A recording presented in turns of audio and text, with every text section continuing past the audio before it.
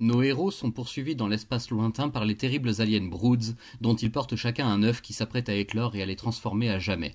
Les odieuses créatures ne leur laissent aucun répit jusqu'au moment où Tornade décide de se sacrifier pour sauver ses compagnons d'infortune.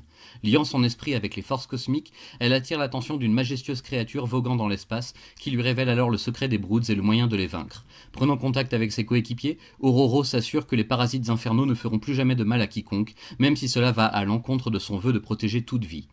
De retour sur Terre, les X-Men apprennent que, les ayant considérés comme morts, leur mentor Charles Xavier a une nouvelle fois formé une nouvelle équipe pour les remplacer. C'est donc l'heure de découvrir les nouveaux mutants, un groupe d'adolescents pas bien plus âgés que les premiers X-Men à leur début, et que Xavier entraîne et forme pour constituer la relève.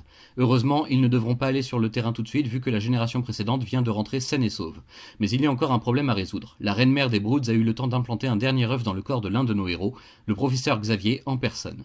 L'embryon prend alors possession de son corps et de ses pouvoirs sans toutefois en avoir le contrôle. Finalement, défait par Tornade et par son groupe ainsi que la conscience de Xavier en lui, l'ennemi vaincu disparaît. Pour sauver leur mentor avant qu'il ne soit trop tard, les X-Men ont recours à une technologie alien pour lui cloner un nouveau corps et y transférer son esprit.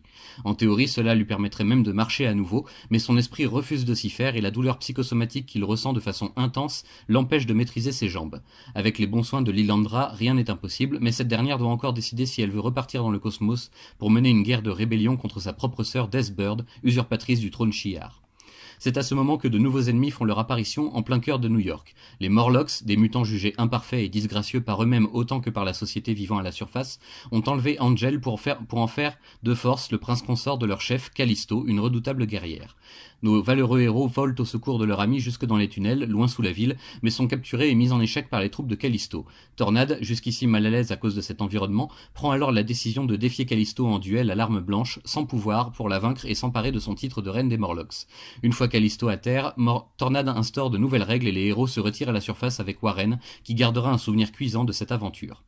Du reste, Tornade n'est pas la seule à faire preuve d'un certain changement dans son comportement autant que dans son sens moral. Malicia, jusque-là membre de la confrérie menée par Mystique, frappe à la porte de l'Institut Xavier afin d'y demander de l'aide pour elle-même, menacée de devenir folle par la perte de contrôle de son pouvoir, d'absorber les souvenirs et mentalités de ses victimes. Contre toute attente et surtout contre l'avis de Tornade et des autres, Xavier décide de lui donner sa chance en l'incluant dans le groupe de ses X-Men à titre probatoire. Une décision lourde de conséquences et qui brise la confiance qu'Ororo lui portait encore. Fragilisée, la meneuse de nuée vivra très mal la prochaine aventure se déroulant au Japon pour la préparation du mariage de Mariko et Logan. Le clan Yoshida étant lié à la pègre locale, la cérémonie n'aura pas lieu sans l'inévitable intervention d'assassins chevronnés et du samouraï d'argent, grand adversaire de Wolverine, qui tente de regagner sa place au sein du clan. Malicia fera ses preuves en se montrant une alliée de confiance pour les X-Men, ce qui fera taire les doutes quant à sa présence. Cependant, confrontée à une telle violence, Ororo en ressort changée et exprime une toute nouvelle facette de sa personnalité, des plus surprenantes et dérangeantes. Enfin de retour en Amérique, les valeureux mutants vont devoir faire face à l'un de leurs plus dangereux et intimes ennemis, qui depuis des mois ne cesse de les harceler avec d'étranges illusions et événements visant à les affaiblir et à semer le doute entre eux.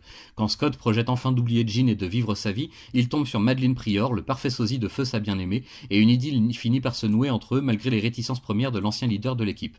Il s'avère malheureusement que Madelyne est elle aussi un pion dans la machination tordue de cet ennemi qui se cache au grand jour comme à son habitude, et qui ne renoncera pas avant d'avoir fait vivre aux X-Men leur pire cauchemar.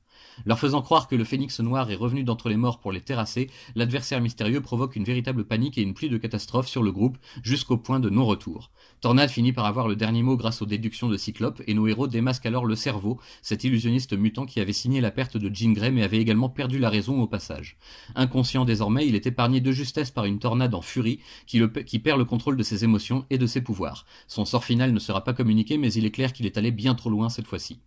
Scott épouse finalement Madelyne, tandis que la pression retombe à l'Institut et que chacun réapprend à vivre ensemble. Ce ne sera certainement pas simple pour tout le monde, il reste des tas de choses à régler, notamment pour Wolverine qui repart au Japon ou pour Illyana qui semble se souvenir brutalement de ce que lui a infligé le démon Belasco durant la moitié de sa jeune vie passée dans les limbes. Autant d'affaires et de traumas qu'il faudra régler au plus vite, car la paix ne dure jamais bien longtemps. Déjà, les officiels commencent à prendre des décisions sur le sort des mutants de par le monde, et la paranoïa s'installe au sein des gouvernements qui se demandent quand ces êtres exceptionnels deviendront des armes de guerre. C'est donc la fin de la grande épopée spatiale des X-Men face aux Broods, même si bien entendu on ne sera pas sans revoir ces affreuses créatures d'ici quelque temps, une haine si féroce se cultivant sur la longueur.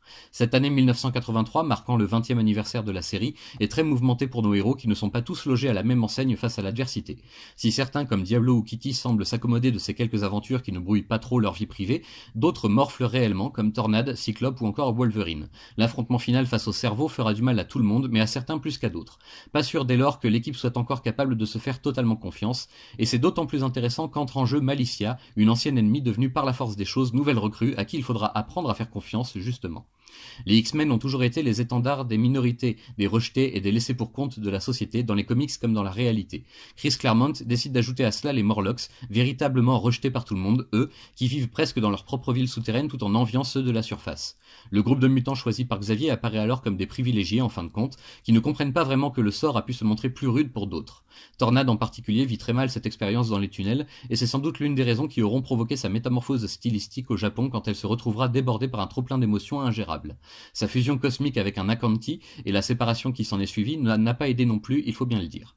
Vous voyez, les X-Men sont toujours porteurs d'une certaine dimension sociale dans leur conflit avec le reste du monde et même entre mutants, aux quatre coins de la planète et même dans l'espace intersidéral. Se battant toujours pour les faibles et les démunis, peut-être ont-ils perdu de vue la raison première de leur union par le professeur X, tout comme le mentor semble lui aussi avoir perdu le contrôle de cette seconde génération qui lui a tant donné. Rien n'est irréparable, mais on sent déjà les prémices de crises à venir qui s'étaleront tout au long du run de Claremont, comme une vraie série à suspense et prévue pour durer. Enfin, on peut saluer en 1983 l'arrivée sur le titre du dessinateur Paul Smith, qui officie la plupart du temps cette année-là et illustre certains des meilleurs chapitres de la série depuis un moment. Il est aidé par Walt Simonson et John Romita Jr., des valeurs sûres déjà à l'époque, et tous les artistes nous offrent du grand spectacle qui fait encore son petit effet aujourd'hui, près de 30 ans après. Les années 80 seront loin d'être de tout repos pour les mutants de toutes les générations, comme nous continuerons à le voir année après année au sein de cette belle collection d'intégrales.